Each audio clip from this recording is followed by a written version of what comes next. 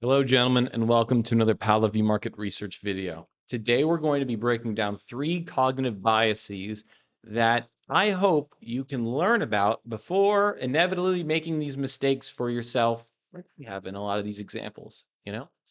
All of us have a cognitive bias all the time. That's what it is to be a human, is to be biased, okay? But when you are speculating and you're participating in the markets, especially when the rubber is hitting the road like it is right now in crypto, right? This is where legends are made, right? This is where it gets hard. This is the moment you've all been training for. And this is the moment where these videos, I hope, matter to you and are helping you make the right decisions. So, in order to make the right decisions, we have to understand what the wrong decisions look like, don't we? So, we're going to just break down 3 different examples today. So, let's cover the anchoring bias first. I'm sure I'm sure you've already, have a girlfriend or something, and she goes to the store and she comes back and she's like, "Oh, I got such a good deal on this thing, blah, blah, blah," right? But you're like, "Oh, God, you don't need this. You have like literally 18 other pairs of yoga pants. Like, so what? You got 10% off of it, you dumb fuck," right? That's basically what an anchoring bias is. It's relying too heavily on an initial piece of information, an anchor, the original price point, to inform a future decision, right? So we've all been victim to this, I'm sure. Like if you're participating in altcoins, that's pretty much all altcoins are is like, every altcoin and analyzing every single one is victim to having this anchoring effect or bias tied to it, right?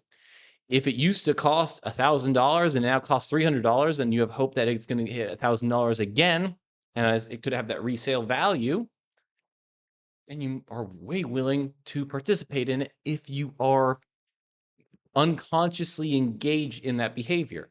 If you are consciously engaged with that behavior and you're saying, okay, well, I do believe it's going to hit $1,000 again. I'm going to buy it at 300, but I'm going to understand that I have this bias.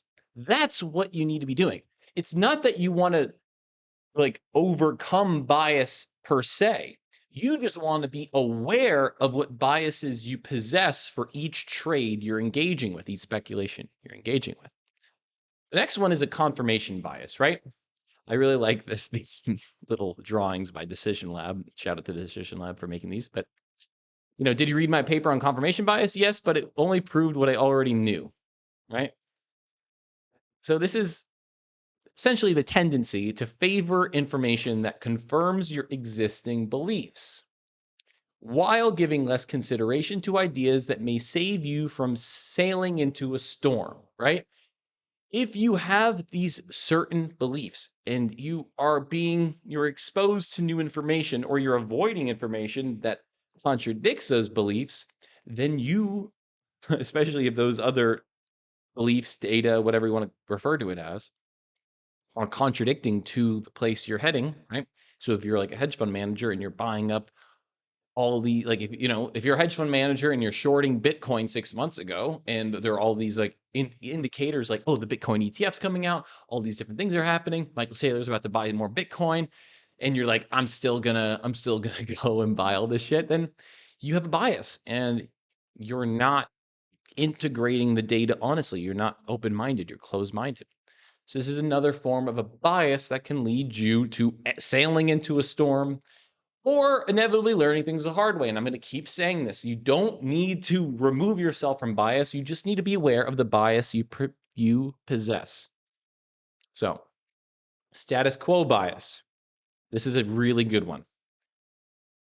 Someone offering you a solution, but your pride gets involved, and you're like, well, I'm already using a spoon. I'm already getting so deep into this hole. Like, why would I really change what I'm doing? Right? It's like, I mean, there's so many examples to this, right? It's like, oh, well, I'm invested in the Solana ecosystem, I already have exposure to altcoins, blah, blah. Why would I learn about like Near or Algorand or Avalanche and any of these things, right? Like, I already get altcoins, I already get alternative layer ones, I already have my exposure to Solana. Like, why would I learn, right? It's like a lot of these things you'll notice relate back to like pride and ego, because you can't really have a bias without having pride and ego, and we all have pride and ego, right? But again, it's just being aware of when you are like engaged in being prideful, engaged in being egotistical, because a lot of the times, you will run into people who are like, oh, well, you should do this instead. And they're wrong. Right. And you need to be like, hey, go away. You're wrong. And that's true.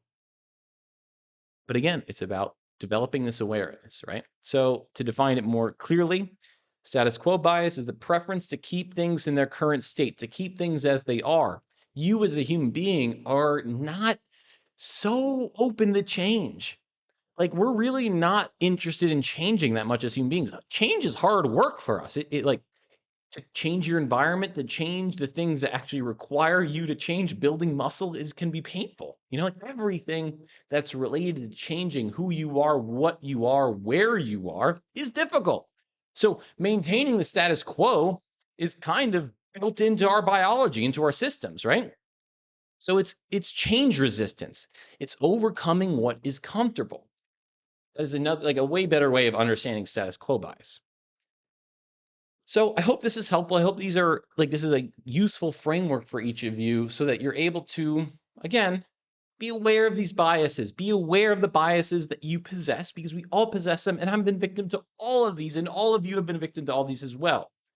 It's just we want to always shorten the duration at which we learn things, right? Einstein says the definition of crazy is just making the same mistake over and over again, right? And really, what that means also is the definition of intelligence is how few times can I make this mistake until I stop making the mistake, right? So being aware of these biases and actually reading about these, and I'll make more videos about different biases because there's so many. And I find it very helpful to because because these are things that you know about, right? These are things that you already understand, but you don't necessarily have the vocabulary to describe it clearly to others, but more importantly to yourself, right? You are probably really, really intuitive, and you are able to be successful because you have these nice gut feelings and everything. But I would really encourage you guys to do things like journaling and putting things into words, because it's not just helpful for others who are around you, which is important. You want to be a good member of your community and things like that, blah, blah, blah. But it's also super helpful for you. If you can't explain things simply, then you can understand things better, right?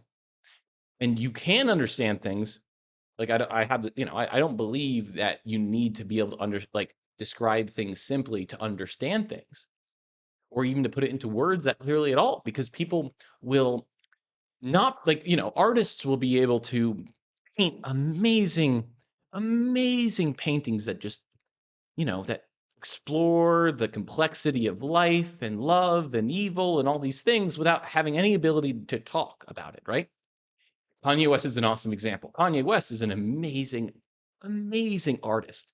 But when you put him on a podcast, he sounds like a fucking buffoon, because he's, that's not his strength. So I just would encourage you guys to always try to put things in simple terms so that you can be a better member of your community. You can help others understand things, and so that they can make less mistakes, and so that you can understand things better and have a tighter feedback loop, so that you're able to, because it's all like a lot of things are just about speed, right? It's about speed, which you can identify negative things that could be happening, right? Staying paranoid and being able to identify what might happen before it happens. Anticipation, right? All right, guys, that's today's video. Hope you enjoyed it, and we will pick it up tomorrow. Peace.